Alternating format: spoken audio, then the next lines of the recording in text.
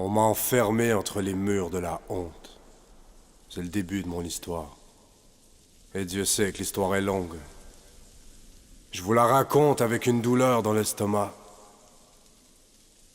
J'ai une boule dans la gorge quand je repense au pensionnat. Ici, on est à Picogan. Ça s'appelle le tipi. C'est ça que ça veut dire, Picogan.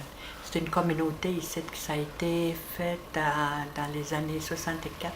Ça a commencé à avoir qu'on a eu des maisons ici à Picogan. Puis avant ça, le monde il était dans le bois. Il vivait dans des tentes où il y en a des personnes qui vivaient en ville. Puis tout ça. Puis quand on était assez passionnants, mes parents se sont approchés de la ville parce qu'on était très loin dans le bois, nous autres, quand on était jeunes. Puis quand on était au pensionnat, j'avais 9 ans quand j'ai rentré au pensionnat. Puis quand j'ai rentré dans l'autobus, je ne me souviens pas. J'étais vraiment complètement... J'étais le traumatisme. Traumatisme, c'est ça, hein? Je ne me souviens pas quand j'ai débarqué dans l'autobus aussi. Puis la seule chose que je me souviens, là, c'était dans une grande salle, en tout cas. C'était là que je me suis réveillée. Tous les enfants pleuraient. Je me demandais qu'est-ce qui se passait. Puis là, j'ai commencé à regarder, puis la sœur était là, puis elle était toute habillée en noir, tu sais. Puis il y avait une voile blanche, puis c'était quelque chose quand tu vois ça la première fois, là. On m'a nourri de la même façon qu'on nourrit un chien. On m'a violé, traité comme si je ne valais rien. Je me sens seul et ma famille me manque. Et vous me frappez parce qu'on ne parle pas la même langue. Vous me dites que je suis moitié humain, moitié animal. Vous me dites que j'ai la peau sale et que je parle la langue du diable. Vous voulez faire de moi un petit homme blanc. Sachez que devant Dieu, je serai moi et vous serez jugés par vos actions. J'ai vu des enfants mourir entre ces murs, sous des regards indifférents. J'ai vu de l'impuissance dans le regard de nos parents. Avec eux, on était libres dans la grandeur de nos forêts.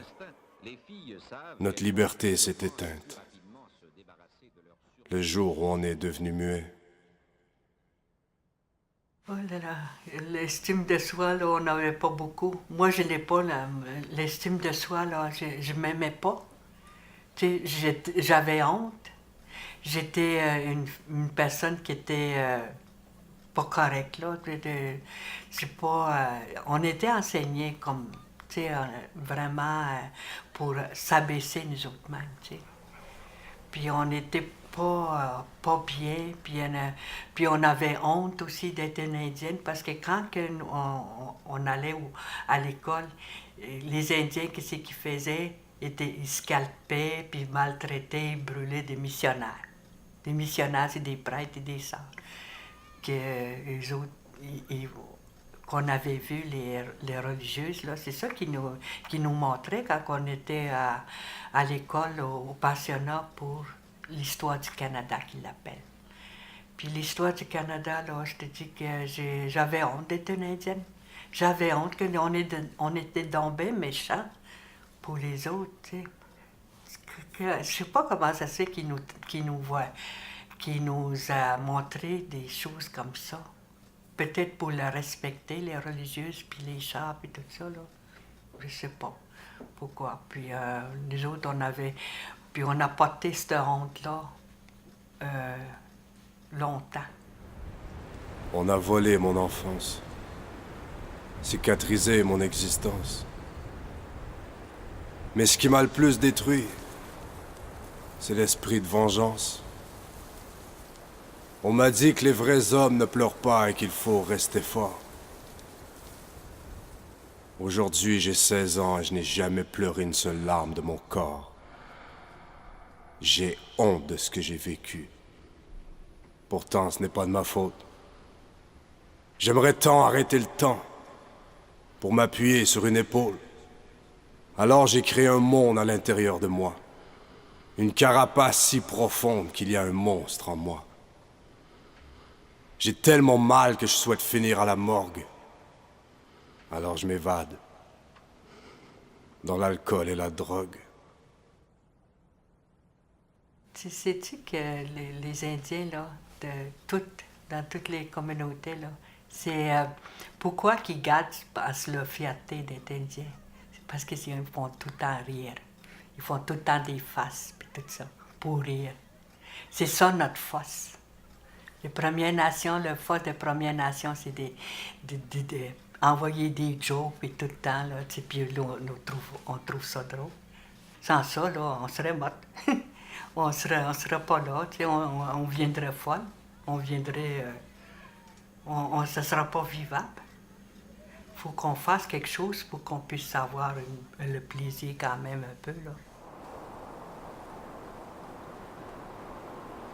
Pourquoi? Pourquoi tant de souffrance?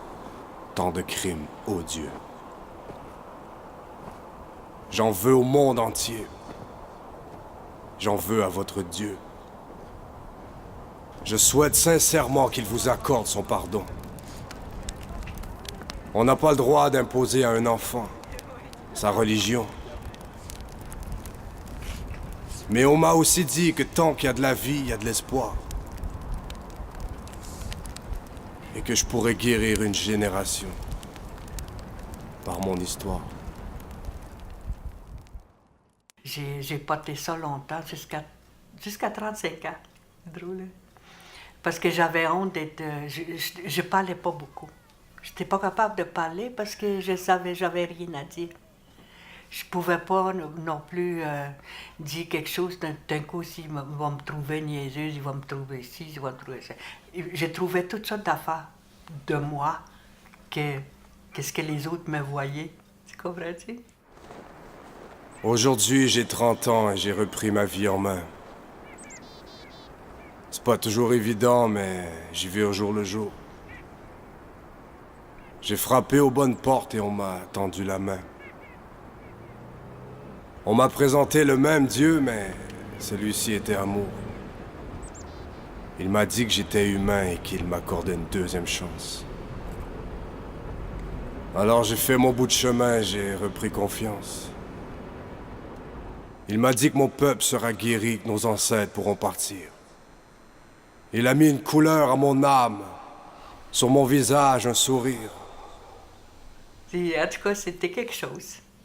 Et même encore aujourd'hui, il y en a qui ne sont pas sortis de là. Moi, j'ai sorti de là.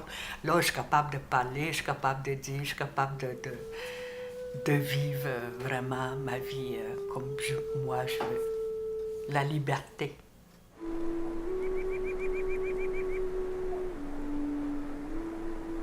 Je ne dis pas que je suis guéri, mais la cicatrice se referme. Je suis un survivant. J'ai traversé une longue tempête. J'arrive à 60 ans et j'ai l'impression de renaître. Même si un jour je dois partir pour le grand voyage, je quitterai ce monde comme j'y suis venu, libre comme un sauvage.